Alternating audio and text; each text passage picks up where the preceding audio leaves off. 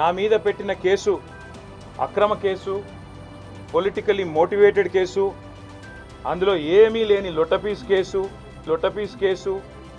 తెలంగాణ రాష్ట్ర రాజకీయాలు ఎప్పుడూ యాక్టివ్గానే ఉంటాయి. ఎన్నికలతో సంబంధం లేకుండా ప్రతిరోజు ప్రతిపక్షాలు, అధికార పక్షాలు అడ్డగోలు ఆరోపణలు చేసుకుంటూ ఉంటాయి. అయితే ప్రస్తుతం మాత్రం రాష్ట్ర రాజకీయాల్లో లొట్టపీసు అనే పదం ట్రెండింగ్ గా మారింది. హైదరాబాద్ ఫార్ములా ఈ కార్ రేస్ కేసు నేపథ్యంలో ఇదే లొట్టపీసు కేసు అని కేటీఆర్ సహా బీఆర్ఎస్ నేతలు అంటున్నారు. మరి లొట్టపీసు కేసు అయితే విచారణ ఎదుర్కోవచ్చు కదా అని ప్రత్యర్థి పార్టీ నేతలు కౌంటర్ ఇస్తున్నారు. ఈ నేపథ్యంలోనే లొట్టపీసు అనే పదం ట్రెండింగ్ లో మారింది. అయితే లొట్టపీసు అంటే తెలియని వారు అసలేంటి పదం అని గూగుల్లో తెగ వెతికేస్తున్నారు. మరి ఈ లొట్టపీసు కదేంటో ఇప్పుడు తెలుసుకుందాం. లొట్టపీస్ అనేది ఓ చెట్టు పేరు. పల్లెవాసులకు ఈ చెట్టు సుపరిచితమే. కాన్వాల్ ఫ్యామిలీకి చెందిన ఈ లొట్టపీస్ చెట్లను ఆంగ్లంలో మార్నింగ్ గ్లోరీ అంటారు. దీని సైంటిఫిక్ పేరు ఐసోమియా కార్నియా.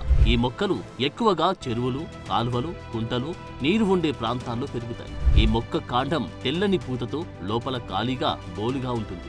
కాండం లోపల లొట్ట ఉండడం వల్ల దీనికి లొట్టపీసు చెట్టు అని పేరు వచ్చింది. దీని కాండం విరిస్తే విరగకుండా రబ్బర్ మాదిరిగా సాగుతుంది. కాండాన్ని గిల్లితే పాలలాంటి ద్రవం వస్తుంది. కాబట్టి తెలుగు రాష్ట్రాల్లో ఈ మొక్కను రబ్బరు మొక్క, లొట్టపీసు మొక్క, పాల సముద్రపు మొక్క అంటూ రకరకాల పేర్లతో పిలుస్తారు. పిచ్చి మొక్కగా భావించే ఈ మొక్కలో ఎన్నో ఔషధ గుణాలుంటాయి. లొట్టపీసు మొక్కలో ఉండే పాలు తేలు విషానికి విరుగుడులా పనిచేస్తాయి. చర్మం మీద తామర వంటి చర్మ వ్యాధులు వచ్చినప్పుడు ఈ పాలు రాస్తే తగ్గిపోతుంది.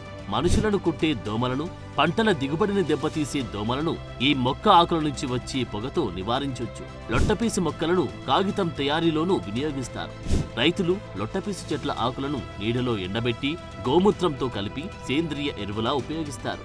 పల్లెల్లో ఈ కట్టెలతో ఇళ్లకు దడిగా, కాంపౌండ్ వాల్ మాదిరిగా పశువుల కొట్టాలకు రక్షణ గోడగా కట్టుకునేవారు.